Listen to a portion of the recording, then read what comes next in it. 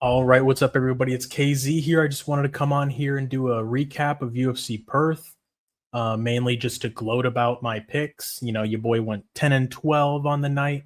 The only fights we got wrong were Rolando Bedoya, who was putting it on Jamie Malarkey at the end of round three. You know, possibly could have gotten him out of there, and Jake Matthews, who we're going to get to, who got absolutely fucking screwed by the referee and his shitty decision making. And he just couldn't survive to a decision. Got submitted by Neil Magny. But yeah, we're gonna go ahead and get to that. First things first, we got Alexia Tainara beating Loma Lukbunme by decision. She utilized the game plan that your boy laid out for it. No, I'm just kidding. But she did exactly what she needed to do to win the fight. She pressured Loma. She attacked the grappling often. She didn't let Loma have just like a slow-paced Muay Thai fight, just focusing on only striking. She took the fight to her, was throwing big combos throughout the duration of the fight, and she looked good throughout the fight. Loma, she was just a lot bigger than Loma. She was able to bully her around in the clinch and on the ground and just really attack her with the striking. Loma would land occasionally some good shots, but it wasn't anything to really get Alexia off of her or, to prevent her from coming forward, really. This was just Alexia just walking her down, beating her up, staying in her face, not letting her get comfortable. And she's a problem in this strawweight division. She's a big physical lady, and she's just going to keep going forward and until somebody's able to stop her. I'm assuming that if you're going to beat Alexia Tainara, you're just going to have to knock her out. But we'll see. We'll see how far she can get in this strawweight division. Who's going to have a new champion soon with Virna Jandiroba and Mackenzie Dern. But moving on, we got Brando Perisic beating Alicia Ellison. Yeah, man, he was a lot bigger than Alicia Ellison. He just had the size advantage. Perisic is a big-ass dude. He was good on the mic afterwards as well, talking about how he took out a $100,000 loan and he should get a bonus so he can go ahead and pay off that cunt. Pay for that cunt. And, yeah, no, I mean, Brando Perisic, he's a heavyweight to be on the lookout for. He's only 5-1. He's not got a lot of experience, but he should slowly work his way up these heavyweight rankings and see if he can end up becoming something special in this heavyweight division. We'll see. And then we got Michelle Montague beating Luana Carolina. Like I said, man, Michelle Montague on the feet, very mediocre, but luckily she's able to get this fight to the ground often with her dominating takedowns. She's a very strong lady. She was able to pick Carolina up at times and just slam her down on the ground. In the first round, it was looking a little sus. Carolina was moving well, landing shots, getting excited that she was able to stop a few takedowns, hopping around and stuff, cheering herself on. And Montague just stayed consistent, stayed keeping the pressure on, got her down eventually in round one. Got her down again in round two, but after eating a big shot from Carolina, kind of wobbled her a little bit. She was able to shoot in, get the legs, and get the takedown. And then from there, it was just all Michelle Montague, just, with the dominating takedowns, ground and pound, attacking submissions. She would get caught in a submission every now and then from Carolina trying to attack from bottom, but it wasn't really anything that got too close. But yeah, man, Michelle Montague looked good. She wasn't able to continue her rear naked choke streak. Finally, she went to a decision. But, she was trying there at the very end to try and choke Carolina out. So she had Carolina in some danger at the end of round three. But yeah, Michelle Montague still undefeated. We're going to see how far she's going to keep going up these bantamweight rankings. And then we got Colby Thickness versus Josias Musasa. Man, bro, Colby Thickness was looking scared in there. He was looking like he did not want to be in there with Josias Musasa. He was running away, trying to survive, hang on for dear life, control Musasa, because on the feet, he was getting his fucking ass whooped. He was getting absolutely bullied around the cage. He was looking like a victim out there. Like, Musasa was just coming after him from the very start of the fight all the way to the end of the fight. The only times Colby had really much any success was when he was able to get Musasa down, and Musasa obviously has a huge hole in the jiu-jitsu. He's got great, anti-wrestling, good takedown defense just because he's strong as fuck, just a physical specimen. He's freaking African. So like, what do you expect? Fucking cancel me if you want. They're strong. Okay, what do you want me to tell you? Look at Francis Ngannou. But yeah, man, he was able to get this win. Colby Thickness just holding on for dear life. He got the decision. He had Musasa hurt via ground and pound in round one. In round three, he didn't really land much ground and pound. He was just kind of just praying to God that Musasa didn't get back up to the feet to continue beating his ass. So, I picked thickness. Wasn't very impressed with him. We'll see. He did cash my parlay out, so I was happy about that. But damn, yeah, thickness did not look great in that fight. Musasa, very dangerous, very explosive, very African. And yeah, man, we're going to move on. Jamie Malarkey versus Rolando Bedoya. I picked Bedoya. Malarkey was able to wrestle him up in rounds 1 and 2 and get the decision. But in round 3, Jamie Malarkey was gassed out and he was getting fucked up on the feet, man. I was screaming for Bedoya. Beat his ass, beat his Frankenstein ass. But, he just couldn't get it done. He was close. Malarkey, he is just a very, very, very middle of the road fighter. He'll get a few wins over guys that aren't that good. And then when he fights guys that are good, he actually just gets knocked the fuck out brutally. So yeah, I guess that Rolando Bedoya just isn't that good. I shouldn't have picked him. It is what it is. But, I did see Bedoya have some success against Malarkey. He was piecing him up in round 3. Malarkey was, looking beat up. He was shooting for takedowns like his life depended on it. Similar to thickness versus Musasa. But, Bedoya, unfortunately, is not African. He's just a, chunky Peruvian. And he wasn't able to get the win over Jamie Malarkey in that 3rd round. Now, Cam Roston, my freaking underdog lock. I said that on my stream. He whooped Andre Petrosky's communist ass. He was able to stop the takedowns. Or I don't even know if Petrosky really even shot any takedowns. He just ended up getting fucked up on the feet, catching big shots.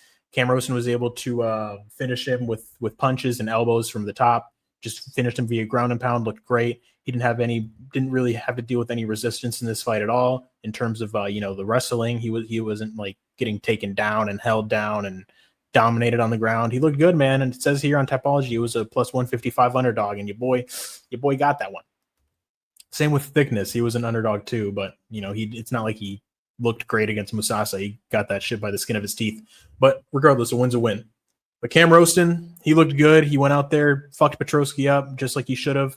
And yeah, man, we got a new prospect here at middleweight. We'll see what he can do. Cam Roston. Yeah, moving along, we got Navajo Sterling versus Rodolfo Bellato. Man, Navajo Sterling just always leaves something to be desired, man, with these performances. He's always he doesn't look as good as he should. He really doesn't. I was expecting more. I was expecting him to get Bellato out of there. But in round 3, he was just looking gassed out. He was looking like, fuck, man, like this is not going how I had planned. Bellato was still coming forward, still, throwing shots. Sterling being the faster, more athletic guy, he was able to beat Bellato, get out of the way, land his shots, but he was missing a lot, man. It's just Sterling something's missing with him, like mentality wise, training wise, fight IQ wise. Sterling is just missing a piece of the puzzle, man. He really is. He got this win here, but who knows how long this guy's going to stay undefeated, because he just looks beatable, man. He looks beatable. He's fighting guys that aren't that good, like Tuco Tokos, Ivan Ursulan, and Rodolfo Bellato, and he's making it close. He's making it very, very, very close in these fights. He's not looking like some kind of killer out there where he's just laying dudes out, like he's just dominating people. Like, no, these fights are close, and it is concerning, as someone who, I like Navajo Sterling. He's seems like a cool enough guy. I like his performances in the octagon. I mean, he's like a physical specimen. So it's like, you want to see this dude go out there and knock people out, but it's just like, no, he's not fulfilling his potential, I feel. So we'll see what's next for Navajo Sterling. He called out Ibo Aslan, which I don't hate that fight. It's a pretty good fight. He's like, Ibo Aslan, I think you kind of shit and I want to fight you. But I mean, shit, bro. I mean, Navajo, you're not that good either, buddy. You know what I mean? But it is what it is. He gets the win over Bellato. He's able to outpoint him over 3 rounds, and he gets the decision. His 3rd decision victory in the UFC. Still has not gotten any finishes. Moving along, we got Tom Nolan versus Charlie Campbell. Whoo, boy, this was the last fight on my parlay, and I was sweating. I'll tell you that, because my parlay was Perisic, Thickness, Roston, and Nolan.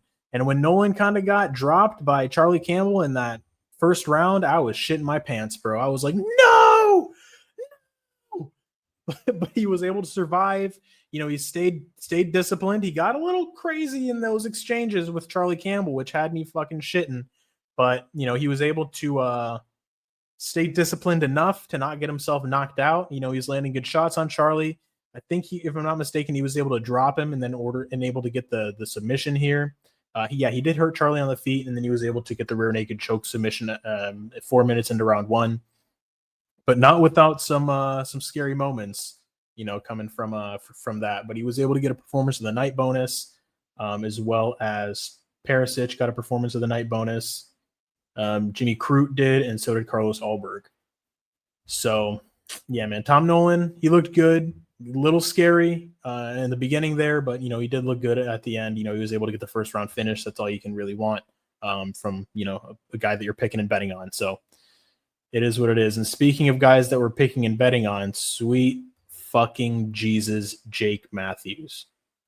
Are you serious? Neil Magny, you're going to submit Chidi and Njokuani in a minute, and you're going to lose to Neil fucking Magny? Yes, he has the most wins in the welterweight division, but this guy's been fighting for 7,000 years. He only beats people that aren't that good, and he loses to everybody that's good. And I thought that Jake Matthews was good. I mean, he should have gotten that submission at the end of round 1. The referee called it. He's like, he's out. And then Magny's like, what the fuck? I wasn't out. And the referee's like, oh, never mind. I guess he wasn't out, so the fight's still on. That was a fucking load of shit. And Jake Matthews should have got that first round submission. But also, Jake Matthews shouldn't have gassed himself out grappling. He should have tried to knock out Neil Magny on the feet, being the faster, more athletic guy with superior boxing. What the fuck are you doing grappling and clinching up with Neil Magny where he's strongest? Why don't you just believe in your striking to knock out Neil Magny, who's been knocked out several fucking times by multiple people? Where were the leg kicks? Where were the big combos up top? Why are you trying to force the grappling and force the submission so hard? Fucking Jake Matthews. This fucking guy, like, he's definitely never going to be anything in the UFC, because if you're losing to Neil Magny, you're not going to be shit. And yes, I'm going hard on Jake Matthews, but it's like, bro, you could have survived to a decision. You didn't need to get submitted. And yes, I'm mad about my fucking parlay, but it's more just like the principle of I wanted to get the pick right. And it's like, how the fuck are you going to lose to Neil Magny? Get Darce choked in round 3. What the fuck, man?